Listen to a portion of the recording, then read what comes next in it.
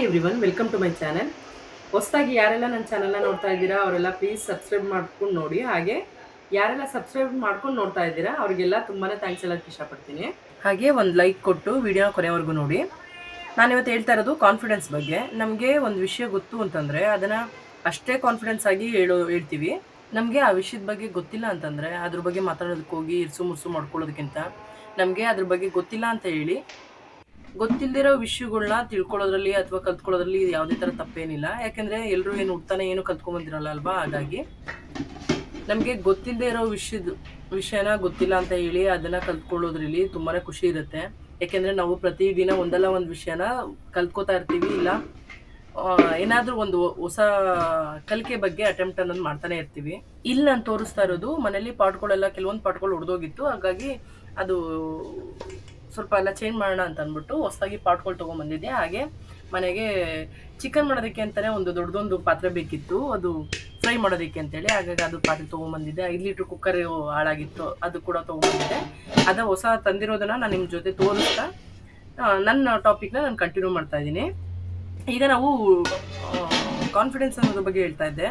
ಅದು ಚಿಕ್ಕ ವಿಷಯನಾದರೂ ಇರ್ಬೋದು ಅಥವಾ ದೊಡ್ಡ ವಿಷಯನಾದರೂ ಇರ್ಬೋದು. ಕಲ್ತ್ಕೊಳ್ಳೋದ್ರಲ್ಲಿ ಅಡುಗೆ ಕೆಲಸದಲ್ಲಿ ನಾವು ಯಾವುದಾದ್ರೂ ಒಂದು ರೆಸಿಪಿ ಕಲ್ತ್ಕೊಳ್ಳೋದಿರ್ಬೋದು, ಇಲ್ಲ ಟೈಲರಿಂಗ್ ಕಲ್ತ್ಕೊಳ್ಳೋದಿರ್ಬೋದು, ಕೆಲವೊಂದು ಸಲ ನಮ್ಮ ಕೋಪನ ಅವಾಯ್ಡ್ ಮಾಡಿಕೊಂಡು ತಾಳ್ಮೆ ಕಲ್ತ್ಕೊಳ್ಳೋ ವಿಷಯಗಳು ಇರ್ಬೋದು, ಇಲ್ಲ ಯಾವ್ದಾದ್ರು ಟೆಕ್ನಿಕಲ್ ವೈಸು ಕಲ್ತ್ಕೊಳ್ಳೋಂಥದ್ದು ಇರ್ಬೋದು. ತುಂಬಾ ವಿಷಯಗಳಪ್ಪ, ಕಲಿಯೋಂಥದ್ದು ಯಾವುದು ಎಂಡಿಂಗ್ ಅನ್ನೋದು ಇರೋದೇ ಇಲ್ಲ. ಇಲ್ಲಿ ಯಾರೂ ಏನು ಪರ್ಫೆಕ್ಟ್ ಅಲ್ಲ ಅಲ್ವಪ್ಪ. ಹಾಗಾಗಿ ಹೇಳ್ತಾ ಇದ್ದೀನಿ, ಒಬ್ಬೊಬ್ಬರು ಒಂದೊಂದು ವಿಷಯದಲ್ಲಿ ಎಕ್ಸ್ಪರ್ಟ್ಗಳಾಗಿರ್ತಾರೆ. ಅಂದರೆ ಒಬ್ರು ಒಂದೊಂದು ವಿಷಯಗಳನ್ನ ತುಂಬ ಚೆನ್ನಾಗಿ ಕೆಲಸ ಕಲ್ತಿರ್ತಾರೆ. ಆ ವಿಷಯ ಇನ್ನೊಬ್ರು ಬರದೇ ಇರ್ಬೋದು, ಇಲ್ಲ ಅವ್ರುಗಳು ಇನ್ನೊಂದು ಕೆಲಸದಲ್ಲಿ ತುಂಬಾ ಎಕ್ಸ್ಪರ್ಟ್ ಇರ್ತಾರೆ. ಹಾಗಂತ ಯಾರು ಏನು ಕಮ್ಮಿ ಇನ್ನೊಬ್ರು ಜಾಸ್ತಿ ಅಥವಾ ಅವ್ರು ಕಮ್ಮಿ ನಾವು ಜಾಸ್ತಿ ಅಂತ ಏನಿರಲ್ಲ. ಕಲ್ತಿರೋ ವಿಷಯದಲ್ಲಿ ನಾವು ಎಕ್ಸ್ಪರ್ಟ್ಗಳಾಗಿರ್ತೀವಿ ಅಷ್ಟೇ.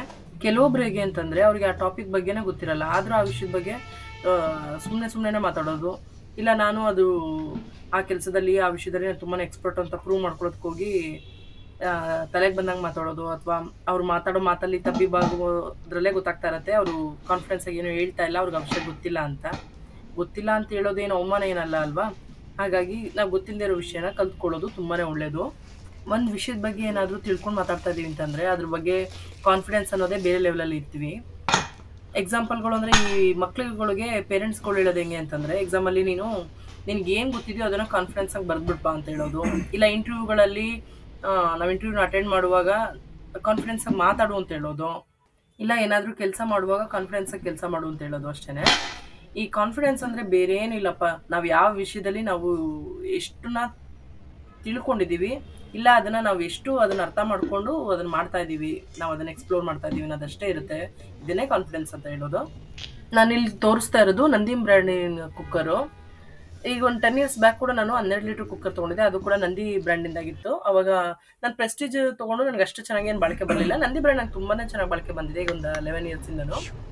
ಹಾಗಾಗಿ ಅದು ನಾನು ತೊಗೊಂಡಿದ್ದು 12 ಲೀಟ್ರದ್ದು, ಅದು ಚೆನ್ನಾಗಿ ಬಳಕೆ ಬಂದಿದೆ. ಈಗ ತೊಗೊಂಡಿರೋದು 5 ಲೀಟ್ರದ್ದು.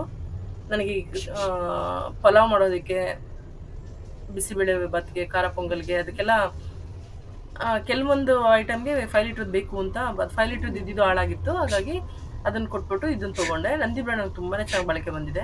ಹಾಗೆ ನೆಕ್ಸ್ಟ್ ಇಲ್ಲಿ ನಾನು ತೋರಿಸ್ತಾ ಇರೋದು ಬೆಕ್ಕು ಕಾಂಪೌಂಡ್ ಮೇಲೆ ಕುತ್ಕೊಂಡು ಆಟಾಡ್ತಾ ಇದ್ದೆವು. ಅದು ನಮ್ಮನೆಯವರು ಅದನ್ನ ಆಟ ಆಡಿಸ್ತಾ ಇದ್ರು. ಅದನ್ನು ಆ ವಿಡಿಯೋನ ಇಲ್ಲಿ ನಿಮ್ಮ ಜೊತೆ ಶೇರ್ ಮಾಡಿದ್ದೀನಿ ಅಷ್ಟೇ. ಈ ಕ್ಲಿಪ್ಪಿಂಗು ವರಮಹಾಲಕ್ಷ್ಮಿ ಹಬ್ಬದ ನೆಕ್ಸ್ಟ್ ಡೇ ಇದು. ದೇವ್ರ ಮೇಲಿಂದ ನಾವು ಸೀರೆ ಒಡವೆ ಎಲ್ಲ ತೆಗೆದ್ಮೇಲೆ ಅದನ್ನು ಹಾಕ್ಕೊಂಡು ಒಂದ್ಸಲ ಆಮೇಲೆ ಮೈ ಮೇಲೆ ಹಾಕ್ಕೊಂಡು ಎತ್ತಿರ್ಬೇಕು ಅಂತಂದ್ರಲ್ಲ, ಹಾಗಾಗಿ ಅವತ್ತು ಹಾಕ್ಕೊಂಡಿದ್ದನ್ನು ಚಿಕ್ಕ ಕ್ಲಿಪ್ಪಿಂಗ್ ತೊಗೊಂಡಿದ್ವಿ, ಅದನ್ನು ಇಲ್ಲಿ ಶೇರ್ ಮಾಡಿದ್ದೀನಿ ಅಷ್ಟೇ. ಈಗ ನಾನು ಮಾಡ್ತಾ ಇರೋದು ಫ್ರೂಟ್ಸ್ ಕಸ್ಟರ್ಡು. ಇದು ಸಮ್ಮರ್ ಸ್ಪೆಷಲ್ ಅಂತಲೇ ಹೇಳ್ಬೋದು. ಯಾರೆಲ್ಲ ಫ್ರೂಟ್ಸ್ ತಿನ್ನೋದಿಲ್ಲ, ಇಲ್ಲ ಕೆಲವೊಂದು ಫ್ರೂಟ್ಸ್ಗಳು ಇಷ್ಟ ಇಲ್ಲ ಅಂತ ಇರ್ತಾರೋ ಅವ್ರುಗಳು ತುಂಬಾ ಇಷ್ಟಪಟ್ಟು ತಿನ್ನೋಂಥ ರೆಸಿಪಿ ಇದು. ಇದನ್ನು ಮಾಡೋದು ಕೂಡ ತುಂಬಾ ಸಿಂಪಲ್ಲು, ತಿನ್ನೋದಕ್ಕೂ ಅಷ್ಟೇ ಸೂಪರಾಗಿರುತ್ತೆ. ಅದರಲ್ಲೂ ಫ್ರಿಡ್ಜ್ನಲ್ಲಿ ಇಟ್ಕೊಂಡು ಕೂಲಾಗಿರೋದನ್ನು ತಿನ್ನೋದಕ್ಕಂತೂ ಮಕ್ಳಿಗಂತೂ ತುಂಬಾ ಇಷ್ಟ ಆಗುತ್ತೆ. ನಿಮ್ಮ ಮನೇಲಿ ಯಾವ್ಯಾವ ಹಣ್ಣುಗಳಿದೆಯೋ ಆ ಹಣ್ಣುಗಳನ್ನ ಬಳಸ್ಕೊಂಡು ಮಾಡ್ಬೋದು, ಇಲ್ಲ ನಿಮ್ಗೆ ಯಾವ ಹಣ್ಣುಗಳು ಇಷ್ಟ ಆಗುತ್ತೆ ಅದನ್ನು ಬಳಸ್ಕೊಂಡು ಮಾಡ್ಬೋದು. ಇದನ್ನ ಮೊದಲು ಈಗ ನಾನು ಒಂದು ಅರ್ಧ ಲೀಟ್ರಷ್ಟು ಹಾಲನ್ನ ಕಾಯ್ದಕ್ಕೆ ಇಟ್ಕೊತಾ ಇದ್ದೀನಿ. ಹಾಲು ಒಂದು ಕುದಿ ಬರೋಷ್ಟೊತ್ತಿಗೆ ಒಂದು ಅರ್ಧ ಕಪ್ನಷ್ಟು ಸಕ್ಕರೆ ಕೂಡ ಇದಕ್ಕೆ ಆ್ಯಡ್ ಮಾಡ್ಕೊತಾ ಇದ್ದೀನಿ. ಹಾಗೆ ಅದು ಕುದಿ ಬರೋಷ್ಟೊತ್ತಿಗೆ ನಾನಿಲ್ಲಿ ಪಕ್ಕದಲ್ಲಿ ಕಸ್ಟರ್ಡ್ ಪೌಡ್ರನ್ನು ಕೂಡ ಹಸಿ ಹಾಲಿಗೆ ಮಿಕ್ಸ್ ಮಾಡ್ಕೊಂಡು ಅದನ್ನು ಇದಕ್ಕೆ ಆ್ಯಡ್ ಮಾಡೋಣ ಅಂತ ರೆಡಿ ಮಾಡ್ಕೊತಾ ಇದ್ದೀನಿ. ನಾನೀಗ ಒಂದು ಕಪ್ಗೆ 4 ಸ್ಪೂನಷ್ಟು ಕಸ್ಟರ್ಡ್ ಪೌಡ್ರನ್ನ ಹಾಕ್ಕೊಂಡಿದ್ದೀನಿ. ಅದಕ್ಕೆ ಹಸಿ ಹಾಲನ್ನ ಹಾಕ್ಕೊಂಡು ಗಂಟಿಲ್ದಂಗೆ ನೀಟಾಗಿ ಪೇಸ್ಟ್ ಮಾಡ್ಕೊತಾ ಇದ್ದೀನಿ. ನಾವು ಡೈರೆಕ್ಟಾಗಿ ಹಾಲಿಗೆ ಕಾಯ್ತಾ ಇರೋ ಹಾಲಿಗೆ ಹಾಕಿದ್ರೆ ಗಂಟಾಗುತ್ತೆ. ಹಾಗಾಗಿ ಸಪ್ರೇಟ್ ಒಂದು ಕಪ್ಗೆ ಹಸಿ ಹಾಲು ಹಾಕಿ ಅದನ್ನು ಪೇಸ್ಟ್ ಮಾಡ್ಕೊಂಡು ರೆಡಿ ಮಾಡ್ಕೊಂಡು ಅದನ್ನು ಹಾಲಿಗೆ ಹಾಕಿ ಮಿಕ್ಸ್ ಮಾಡ್ಕೊಳ್ಳೋದು. ಯಾಕೆಂದರೆ ಇದನ್ನು ಮುಂಚೆನೇ ನಾವು ಹಾಲು ಕಾಯಿಸಿ ಕಸ್ಟರ್ಡ್ ಪೌಡ್ರ್ ಹಾಕಿ ನಾವೆಲ್ಲ ಇದನ್ನು ರೆಡಿ ಮಾಡಿಕೊಂಡ್ರೆ ನಾವು ಹಣ್ಣು ಕಟ್ ಮಾಡೋ ಅಷ್ಟೊತ್ತಿಗೆ ಇದು ತಣ್ಣಗಾಗುತ್ತೆ. ಇದನ್ನು ಫ್ರಿಡ್ಜ್ಗೆ ಇಟ್ಟು ನಾವು ಕೂಲಾಗಿ ತಿನ್ನೋದಕ್ಕೂ ಚೆನ್ನಾಗಿರುತ್ತೆ. ಹಾಗಾಗಿ ಫಸ್ಟು ಹಾಲು ಕಾಯಿಸ್ಕೊಂಡಿದ್ದು. ಈ ಫ್ರೂಟ್ಸ್ ಕಸ್ಟರ್ಡ್ ಮಾಡೋದು ಎಷ್ಟು ಈಸಿನೋ ತಿನ್ನೋದಕ್ಕೂ ಅಷ್ಟೇ ತುಂಬಾ ಚೆನ್ನಾಗಿರುತ್ತೆ. ಮಕ್ಳಿಗೂ ತುಂಬಾ ಇಷ್ಟ ಆಗುತ್ತೆ. ಮಕ್ಳುಗಳು ಈ ಐಸ್ ಕ್ರೀಮ್ಗಿಂತನೂ ಈ ಥರ ಫ್ರೂಟ್ಸ್ ಕಸ್ಟರ್ಡ್ನ ಸಖತ್ ಇಷ್ಟಪಟ್ಟು ತಿಂತಾರೆ. ಇದರಲ್ಲಿ ನಾವು ಎಲ್ಲ ಥರ ಡ್ರೈ ಫ್ರೂಟ್ಸ್ಗಳು ನಿಮ್ಮ ಮನೇಲಿ ಏನು ಅವೈಲೇಬಲ್ ಇದೆ ಅದನ್ನು ಕೂಡ ಯೂಸ್ ಮಾಡ್ಬೋದು. ಇಲ್ಲ ನಿಮ್ಗೆ ಏನು ಇಷ್ಟ ಆಗುತ್ತೆ ಅಂಥದನ್ನು ಎಕ್ಸ್ಟ್ರಾ ನೀವು ಆ್ಯಡ್ ಮಾಡ್ಕೋಬೋದು. ಇದಕ್ಕೆ ತುಂಬಾ ಚೆನ್ನಾಗಿರುತ್ತೆ. ಕೋಲ್ಡ್ ಫ್ರಿಡ್ಜಲ್ಲಿ ಇಟ್ಕೊಂಡು ತಿನ್ನೋದ್ರಿಂದ ನಿಮ್ಗೆ ಐಸ್ ಕ್ರೀಮ್ ಬೇಕು ಅಂತಲೇ ಅನಿಸಲ್ಲ. ಐಸ್ ಕ್ರೀಮ್ಗಿಂತನೂ ತುಂಬಾ ರುಚಿಯಾಗಿರುತ್ತೆ. ಇದು ಮಿಕ್ಸ್ ಮಾಡಿ ಇಟ್ಕೊಂಡಿರುವಂಥ ಕಸ್ಟರ್ಡ್ ಪೌಡ್ರ್ ಪೇಸ್ಟ್ನ ನಾವು ಈಗ ಹಾಲಿಗೆ ಮಿಕ್ಸ್ ಮಾಡ್ಕೊಳ್ಳುವಾಗ ಗ್ಯಾಸ್ ಉರಿ ತುಂಬಾ ಸ್ಲೋನಲ್ಲಿ ಇಟ್ಕೋಬೇಕು. ತುಂಬ ಸ್ಲೋನಲ್ಲಿ ಇಟ್ಕೊಂಡು ನಾವು ಹಾಲನ್ನ ಒಂದೇ ಸಮ ಕೈ ಆಡ್ತಾನೆ ಇರಬೇಕು. ಯಾಕೆಂದರೆ ಅದು ಗಂಟಾಗೋ ಚಾನ್ಸಸ್ ಇರುತ್ತೆ. ಹಾಗಾಗಿ ಅದು ಚೆನ್ನಾಗಿ ಮಿಕ್ಸ್ ಆಗಿ ಹಾಲು ಥಿಕ್ನೆಸ್ ಬಂದಿದೆ ಅಂತ ಅಂದಾಗ ಅದು ನಾವು ಗ್ಯಾಸ್ ಆಫ್ ಮಾಡಿಕೊಂಡು ಅದನ್ನು ಕೂಲ್ ಆಗೋದಕ್ಕೆ ಅಂತ ಪಕ್ಕಕ್ಕೆ ಎತ್ತಿಟ್ಕೊಂಡ್ಬಿಡ್ಬೇಕು. ನೀವು ಆದಷ್ಟು ಅದನ್ನ ಹಾಲನ್ನ ಚೆನ್ನಾಗಿ ಮಿಕ್ಸ್ ಮಾಡ್ತಾನೆ ಇದ್ದರೆ ಪೇಸ್ಟು ಹಾಲು ಕೂಡ ಗಟ್ಟಿ ಬರುತ್ತೆ, ಪೇಸ್ಟ್ ಕೂಡ ನೀಟಾಗಿ ಮಿಕ್ಸ್ ಆಗುತ್ತೆ. ಹಾಲನ್ನ ತಣ್ಣಗಾಗೋದಕ್ಕಿಂತ ಪಕ್ಕಕ್ಕೆ ಎತ್ತಿಟ್ಕೊಂಡು ನಾನು ಇಲ್ಲಿ ಡ್ರೈ ಫ್ರೂಟ್ಸ್ಗಳನ್ನ ಕಟ್ ಮಾಡ್ಕೊಳ್ಳೋಣ ಅಂತ ಅಂದ್ಬಿಟ್ಟು ತೊಗೊಂಡಿದ್ದೀನಿ. ನಾನು ಎಕ್ಸ್ಟ್ರಾ ಯಾವುದೇ ಥರ ಡ್ರೈ ಫ್ರೂಟ್ಸ್ಗಳು ತೊಗೊಂಡಿಲ್ಲ. ಬರೀ ಗೋಡಂಬಿ, ಬಾದಾಮಿ ಮತ್ತು ಒಣದ್ರಾಕ್ಷಿ ಮಾತ್ರ ತೊಗೊಂಡಿದ್ದೀನಿ. ಒಣದ್ರಾಕ್ಷಿ ಆಗಿ ಉಂಡೆ ಹಾಕ್ಕೊಂಡಿದ್ದೀನಿ.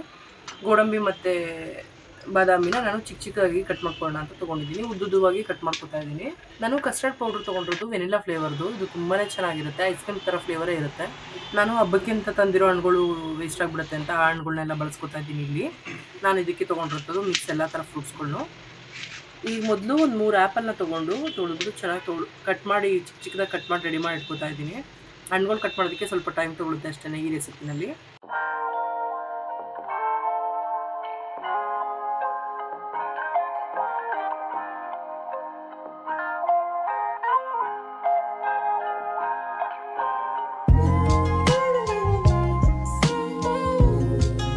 ನೆಕ್ಸ್ಟು ನಾನಿಲ್ಲಿ ಒಂದು 6 ಏಲಕ್ಕಿ ಬಾಳೆಹಣ್ಣ ನಾನು ಚಿಕ್ಕದಾಗಿ ಕಟ್ ಮಾಡಿ ಹಾಕ್ತಾ ಇದ್ದೀನಿ. ಬೇಕಿದ್ರೆ ನೀವು ಅವೈಲೇಬಲ್ ಇದೆ ಅಂತಂದರೆ ಪಚ್ಚಬಾಳೆಹಣ್ಣು ಕೂಡ ಯೂಸ್ ಮಾಡ್ಬೋದು. ನಾನು ಮನೇಲಿ ಏಲಕ್ಕಿ ಬಾಳೆಹಣ್ಣು ಇದ್ದಿದ್ದರಿಂದ ಅದನ್ನೇ ಬಳಸ್ತಾ ಇದ್ದೀನಿ. ಇಲ್ಲಿ ವಿಡಿಯೋ ಲೆಂತ್ ಜಾಸ್ತಿ ಆಗುತ್ತೆ ಅನ್ನೋ ಕಾರಣಕ್ಕೆ ನಾನು ಸ್ವಲ್ಪ ಫಾಸ್ಟಾಗಿ ಮೂವ್ ಮಾಡಿದ್ದೀನಿ. ಹಾಗೆ ನೆಕ್ಸ್ಟು ನಾನು ಸೀಬೆಹಣ್ಣು ಕೂಡ ಅಷ್ಟೇ, ಸೀಬೆಹಣ್ಣು ಚೆನ್ನಾಗಿ ಹಣ್ಣಾಗಿರೋಂಥ ಸೀಬೆಹಣ್ಣು ಕೂಡ ಚಿಕ್ಕದಾಗಿ ಕಟ್ ಮಾಡಿ ಹಾಕೋತಾ ಇದ್ದೀನಿ. ಹಾಗೆ ನೆಕ್ಸ್ಟು 2 ಮರ್ಸೇಬು ಅದನ್ನು ಕೂಡ ಚಿಕ್ಕದಾಗಿ ಕಟ್ ಮಾಡಿ ಸಪ್ರೇಟ್ ಇಟ್ಕೊಂಡಿದ್ದೀನಿ. ಹಾಗೆ 1-2 ದಾಳಿಂಬೆ ಹಣ್ಣು ಕೂಡ ಬಿಡಿಸಿ ನಾನು ಒಂದು ಕಪ್ ಹಾಕಿ ರೆಡಿ ಮಾಡಿ ಇಟ್ಕೊಂಡಿದ್ದೀನಿ.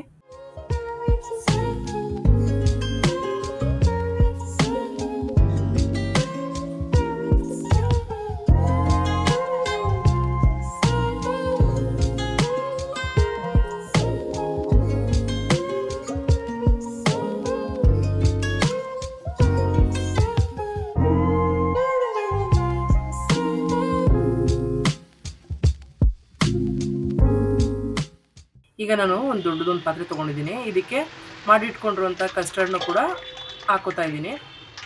ಇದನ್ನು ಹಾಕ್ಕೊಂಡ್ಮೇಲೆ ಈಗ ನಾವು ಚಿಕ್ಕದಾಗಿ ಕಟ್ ಮಾಡಿ ಇಟ್ಕೊಂಡಿರೋಂಥ ಎಲ್ಲ ಫ್ರೂಟ್ಸ್ಗಳು, ಡ್ರೈ ಫ್ರೂಟ್ಸು ಎಲ್ಲದನ್ನೂ ಹಾಕ್ಕೊಂಡು ಚೆನ್ನಾಗಿ ಮಿಕ್ಸ್ ಮಾಡ್ಕೊತೀವಿ. ಕೆಲವೊಬ್ಬರಿಗೆ ಸ್ವೀಟ್ ಜಾಸ್ತಿ ಬೇಕು ಅಂದರೆ ಬೇಕು ನೀವು ಜೇನುತುಪ್ಪನ ಆ್ಯಡ್ ಮಾಡ್ಕೋಬೋದು. ನಾನು ಜೇನುತುಪ್ಪನ ಆ್ಯಡ್ ಮಾಡಿಲ್ಲ. ನಾನು ಶುಗರ್ ಕೂಡ ನಾನು ಕಮ್ಮಿನೇ ಹಾಕ್ಕೊಂಡಿರೋದು, ಒಂದು ಅರ್ಧ ಕಪ್ನಷ್ಟು ಮಾತ್ರ ಹಾಕ್ಕೊಂಡಿದ್ದೀನಿ. ಶುಗರ್ ಏನೋ ಜಾಸ್ತಿ ಬೇಕು ಅನ್ನೋರು ನೀವು ಹಾಲು ಕಾಯುವಾಗಲೇ ಬೇಕಿದ್ರೆ ಇನ್ನೂ ಜಾಸ್ತಿನೇ ಹಾಕ್ಕೊಂಡು ಮಾಡ್ಕೋಬೋದು.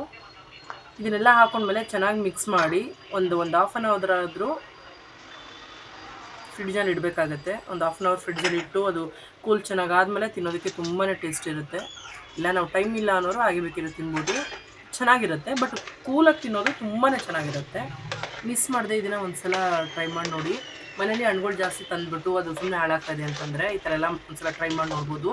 ಟೇಸ್ಟ್ ವೈಸು ತುಂಬಾ ಇಷ್ಟ ಆಗುತ್ತೆ. ಚಿಕ್ಕವರಿಂದ ದೊಡ್ಡವ್ರವರೆಗೂ ಎಲ್ರಿಗೂ ತುಂಬಾ ಇಷ್ಟ ಆಗುತ್ತೆ. ತುಂಬ ಇಷ್ಟಪಟ್ಟು ತಿಂತಾರೆ. ಇನ್ನೊಂದು ಸಲ ಮಾಡುವಂತಕ್ಕೆಲ್ಲ ಕೇಳ್ತಾರೆ ಮಕ್ಕಳು, ಅಷ್ಟು ಚೆನ್ನಾಗಿರುತ್ತೆ. ಈ ವಿಡಿಯೋ ಏನಾದರೂ ನಿಮ್ಗೆ ಇಷ್ಟ ಆಗಿದ್ರೆ ಪ್ಲೀಸ್ ಒಂದು ಲೈಕ್ ಕೊಡಿ, ಹಾಗೆ ಸಬ್ಸ್ಕ್ರೈಬ್ ಮಾಡ್ಕೊಂಡು ನೋಡಿ.